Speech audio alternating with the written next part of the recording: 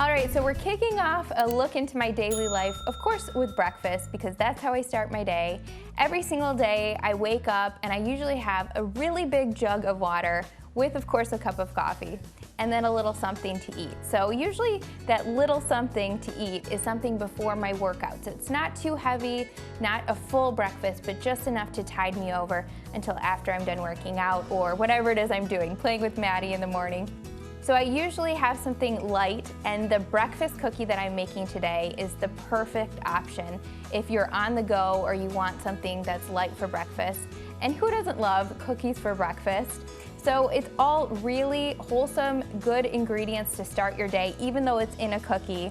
I have some old-fashioned oats here, and that's 1 cup of old-fashioned oats. I have a half cup of oat flour. So these are just like basically an oatmeal cookie, but instead of white flour, we're using oat flour and we're using old-fashioned oats, of course. Then for some protein, it's really important to start your day with a little bit of carbohydrate to get your blood sugar stabilized, to give you some fuel for the day, and also some protein. So I have 3/4 cup of peanut flour. And peanut flour there's a lot of different brands out there, but basically it's just dehydrated peanuts, the fat taken out, and it's just the protein and the flavor of peanut butter. So what's not to love about that? If you love peanut butter, you'll love peanut flour. If you don't have that on hand, however, you can use protein powder or some additional oat flour. I also have some baking soda and some salt. And usually how I like to start my day is I like to spend some time just reading my Bible, and first thing when I wake up, have it alongside with some coffee. Usually I do it before Maddie's up, so I wake up really early, like 5 o'clock in the morning, so that I can have that quiet time to start my day with nobody making noise, nobody needing me in the house.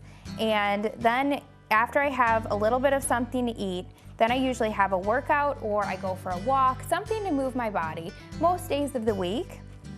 And then after that, I come home and I take a shower, get ready really quick for the day, and then I have some sort of shake or smoothie, something that's really satisfying and refreshing after my workout.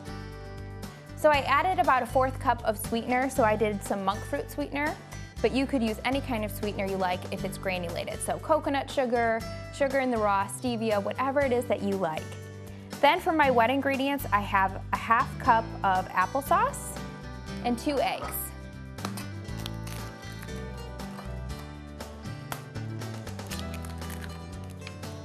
Then I'm just gonna stir this up until it's well combined. And what I like to do with these cookies is really anytime I bake, I like to do a double batch, and that way I'm not baking, all the time, because everybody in my house loves these. Sean, Maddie, myself, so they go really quick. So sometimes I'll even triple the batch. And you can see how easy they were. And then I'll just throw them in my freezer and I'll pull them out whenever we need a quick breakfast or even a snack or dessert.